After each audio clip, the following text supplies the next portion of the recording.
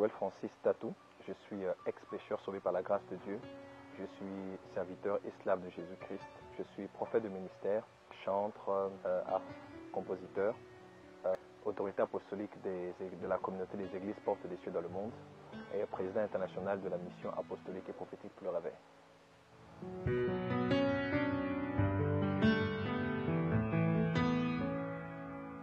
Nous organisons ce 8, 9 et 10 septembre 2017 une très grande conférence ici au cœur de la ville de Kinshasa qui se dénomme International Prophetic Summit.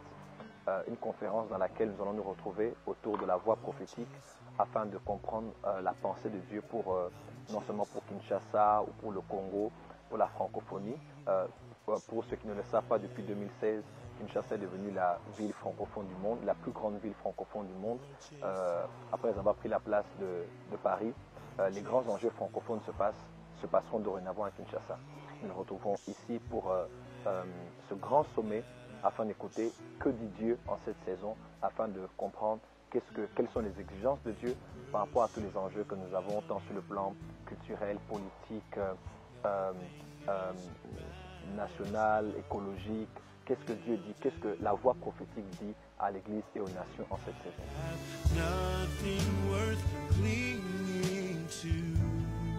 Voilà, ce rassemblement était un rassemblement pour le corps du Christ. Comme vous le savez, dans Nombre, Dieu avait ordonné au prophète Moïse de pouvoir fabriquer 2 trompettes d'argent. Et l'une des utilités de ces 2 trompettes était, lorsqu'elles étaient sonnées, elles devaient servir à pouvoir rassembler le peuple afin de le préparer pour le départ. Comme vous le savez, Israël se déplaçait en fonction du déplacement de la nuée. Lorsque la nuée restait dans un endroit pendant 2 ans, Israël restait là, campé là pendant 2 ans. Et leur campement dépendait du mouvement de la nuée. Et quand la nuée commençait à se déplacer, certaines personnes précises devaient sonner de la trompette. Et au son de cette trompette, Israël devait se rassembler, sortir des tentes dans lesquels ils se retrouvaient, se mettre ensemble pour se préparer au départ. Et Dieu a prévu un shift dans le corps de Christ. Les choses sont en train de bouger. Un nouveau mouvement de Dieu est en train de prendre place sur la terre. Et cette conférence, ce message prophétique qui va être libéré, est pour tout le corps de Christ, afin de se préparer au prochain mouvement de Dieu. Et qui sont attendus dans cette conférence? D'abord le corps du Christ, c'est-à-dire les apôtres, les prophètes, les docteurs, les évangélistes, les diacres, les saints, et les saints qui sont dans tous les secteurs. Vous êtes chrétiens, avocats, médecins, militaires, commerçants, commerçantes, agents de douane, professeurs d'université, étudiants. Le lieu même où sera cette conférence est entouré de plusieurs universités. Les étudiants, les écoliers, les gens de tous les secteurs de la société sont attendus à cette conférence parce que ce message nous concerne tous. Vous savez, nous avons commencé l'année 2017 et pour ceux qui sont précisément dans la ville de Kinshasa, nous avons remarqué une crise quant à ce que Dieu dit par rapport à la nation, par rapport à l'Église. Nous avons commencé l'année avec des séminaires qui ont béni le corps de Christ, des conférences qui ont béni le corps de Christ, mais qui ont souvent édifié l'Église sur le plan personnel, sur le plan individuel, sur le plan familial. Mais sur le plan corporatif, par rapport à ce que Dieu attend du corps du Christ, nous avons de moins en moins de voix prophétiques qui se lèvent afin de faire comprendre au corps du Christ qu'est-ce que Dieu dit par rapport à la nation, qu'est-ce que Dieu dit par rapport à l'Afrique, qu'est-ce que Dieu dit par rapport à la prochaine étape que doit franchir le corps du Christ. Nous avons comme une crise de la voix de Dieu. Et cette crise est créée par Dieu lui-même. Nous sommes au temps de l'accomplissement de la parole d'Amos qui a dit « Dieu créera non la faim du pain, la soif de l'eau, mais d'entendre les paroles de l'Éternel. » Toute prédication est une prédication, mais toute prédication n'est pas une parole de l'Éternel. Elle peut nous édifier, mais n'est pas forcément une voix de Dieu qui vient pour nous donner la direction, un rhéma, une parole du moment que Dieu adresse à son peuple. Et voilà pourquoi nous serons à International Prophetic Summit, parce que c'est le sommet, c'est l'endroit où nous allons à la montagne de l'Éternel pour entendre la voix prophétique afin de savoir ce que nous devons faire, car les temps sont très critiques dans la nation.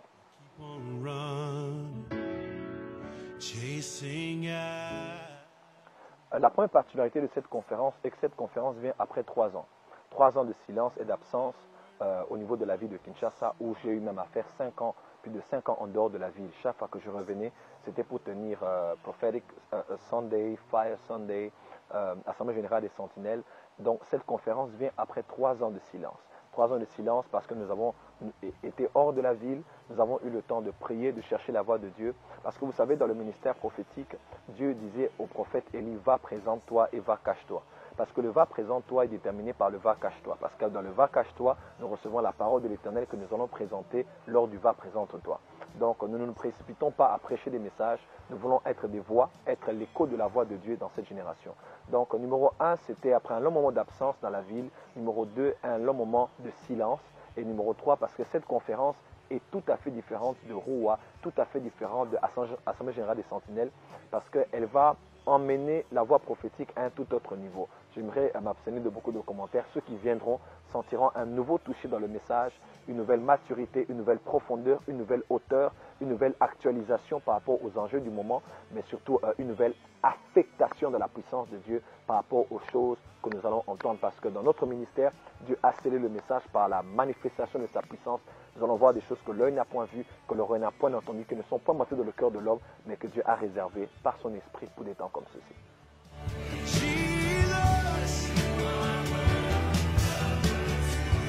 Voilà, comment est-ce que j'ai eu ce message? Ce message m'est venu lorsque je me rendais à Cape Town pour aller prêcher une activité de la MAPRE au début de l'année de notre structure qui est aussi établie au niveau de Cape Town en Afrique du Sud. Et dans cette ville où je me rendais en plein vol, il arrive des fois où Dieu me parle beaucoup quand je suis en plein vol. Je faisais rire quelqu'un et je lui disais que parce que je ne suis pas très loin de son trône. Il semble que la connexion est très bonne quand je suis dans un avion. Et alors que j'étais en plein vol, le Seigneur est venu à moi, il m'a dit, je vais t'enseigner sur la guerre des architectes. Et il a commencé à me parler de Hébreu, là où la Bible déclare que Abraham espérait en cette cité qui n'est pas bâtie par les mains des hommes, mais dont Dieu est l'architecte. C'est même dans le monde ésotérique, même dans le monde des occultistes, ils pensent à Lucifer comme étant le grand architecte. Et Satan n'est pas le créateur, Satan est un contrefacteur. Et cette dimension du Dieu architecte, du Dieu constructeur, est une dimension que beaucoup de membres du corps du Christ ne connaissent pas. Et la Bible déclare que Jésus dit que je bâtirai mon église. Il utilise un terme de la construction, de l'édification, un terme architectural, un terme qu'on utilise dans le domaine de la construction, de l'édification. Et nous allons voir Christ l'architecte, Dieu l'architecte, contre un autre système de construction et d'architecture dans le milieu urbain. Nous allons vous parler de beaucoup de choses et tous ceux qui sont dans des agglomérations, dans des villes, que ce soit à Dakar, que ce soit à Abidjan, que ce soit à Casa, que ce soit à Rabat, que ce soit à Johannesburg, que ce soit à Kigali, à Bujumbura, où que vous soyez, ce message est à vous parce que nous allons voir comment le diable s'est immiscé, même sur le plan dans l'urbanisation, dans la construction, dans les tracés de villes, et comment le diable travaille sur le plan architectural dans les villes afin de pouvoir saturer la ville et dominer les mentalités en permettant qu'il y ait un grand assaut démoniaque dans certains secteurs stratégiques. Et comment Dieu veut que par les actes prophétiques, nous puissions libérer la ville, désenvoûter la ville, établir les hôtels de Dieu au milieu de la ville. Cette conférence n'est pas ratée parce que les choses que nous allons entendre, je suis sûr que plusieurs l'ont entendu, mais à certaines dimensions, et surtout plusieurs, n'ont jamais entendu les choses que nous allons dire. Donc, vous qui êtes dans une ville, ne ratez pas cette conférence. Et à Kinshasa, ce sera le grand rendez-vous pour entendre la voix prophétique sur comment désenvoûter la ville de Kinshasa, désenvoûter votre ville, afin que votre ville soit appelée, comme dans le dernier verset de Ézéchiel, où on dira que Jérusalem, la ville, sera donc appelée Jéhovah Shammah, c'est-à-dire Dieu est ici. Il faut que Kinshasa, il faut que notre ville soit appelée au nom de la présence de Dieu, que l'on sente la présence de Dieu dans les universités, dans les structures politiques, dans les malls, dans les marchés, dans les banques, dans tous les secteurs, qu'on sente que Dieu est ici et que cette ville est totalement dédiée au roi de gloire, Jésus-Christ, l'éternel Dieu des armées.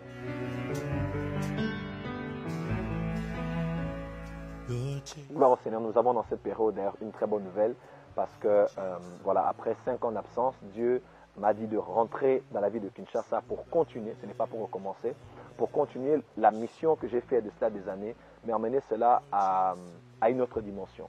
Et par la grâce de Dieu, un siège, une structure, un lieu est requis afin d'accomplir le programme de Dieu. Parce qu'un ministère, par définition, est un programme que Dieu donne à une personne pour une génération.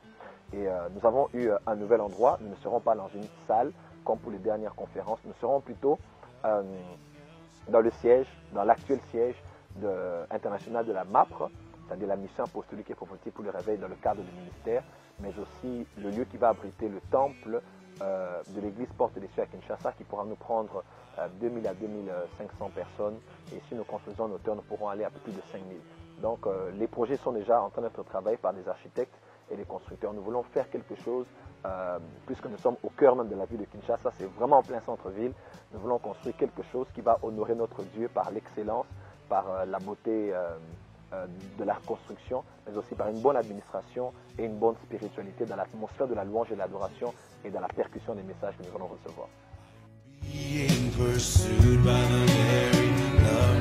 Ah non, je sais que plusieurs personnes se sont inquiétées parce que toutes les fois que je venais pour repartir et plusieurs ont posé la question, mais prophète, est-ce que tu ne viens pas pour repartir? C'est vrai, de partout et quelques-uns d'ailleurs ils se disent, bon, on va venir mais il va partir. Non, pour cette saison, la nuée s'est arrêtée à Kinshasa, donc je lève ma tente, je suis en train d'établir ma tente ici, où ma résidence est ici, l'église est ici, donc le plus grand pourcentage de mon temps se passera à Kinshasa, parce que là, nous nous occupons des charges apostoliques et pastorales, où nous aurons le temps de pouvoir enseigner chaque dimanche, prêcher la semaine et permettre au potentiel que Dieu nous a donné de se déployer pour édifier le corps du Christ, parfaire les saints et les emmener à la stature parfaite de Christ et à leur impact communautaire et sociétal. Donc je suis à Kinshasa, ceux qui sont à Kinshasa ne s'inquiètent pas, je suis actuellement à Kinshasa. Je crois que c'est avec beaucoup de tristesse des fois que je recevais des messages pour les gens qui sont à Kinshasa qui me disaient, prophète, nous voulons travailler avec toi, nous voulons être sous ta couverture spirituelle, nous écoutons la qualité des messages, mais tu ne les prêches qu'à l'extérieur du pays et lorsque tu prêches, c'est pour repartir. Et à toutes ces personnes qui sont mes fils et mes filles qui voudront travailler avec nous, déjà pour quelques témoignages, il y a des pasteurs qui viennent. Nous n'avons même pas encore commencé officiellement les choses au niveau de l'église, mais nous avons déjà des pasteurs qui viennent et disent que je fais mon ministère, je viens sous ta couverture spirituelle, je vais travailler à la porte des cieux. Certains qui ferment leur église, leur ministère, c'est tout simplement incroyable. Nous sommes tous surpris, plusieurs qui à Kinshasa se posent la question, mais où étaient ces personnes? Non, c'est juste le temps de Dieu. Nous avons eu le temps de prier pendant longtemps et Dieu nous a donné une nouvelle saison, et une nouvelle saison avec une toute fraîche onction et une manne qui vient vraiment de son trône. Et toutes ces personnes qui sont mes fils et mes filles spirituels, les portes de la MAPRE vous sont grandement ouvertes. Pour ceux qui sont déjà dans les églises, venons, travaillons dans cette structure qui est interdénominationnelle, qui prend tout le monde. Et pour ceux qui vont vouloir être à la porte des cieux, travailler dans les départements, vous êtes les bienvenus. C'est votre église, ce n'est pas mon église, ce n'est pas mon ministère. Le jour où je dirais que c'est mon église ou mon ministère, Dieu me ravira cela. Je ne suis qu'un manager, je ne suis qu'un gérant, je ne suis qu'un gestionnaire, comme dans les talents d'ailleurs. À la fin, je sais que je rendrai des comptes, non pas de mes talents, mais des talents qu'il m'a donné de pouvoir fructifier. Donc ce n'est pas mon église, ce n'est pas l'église du prophète Joël, c'est l'église de Dieu, c'est votre maison, c'est la maison de votre Père.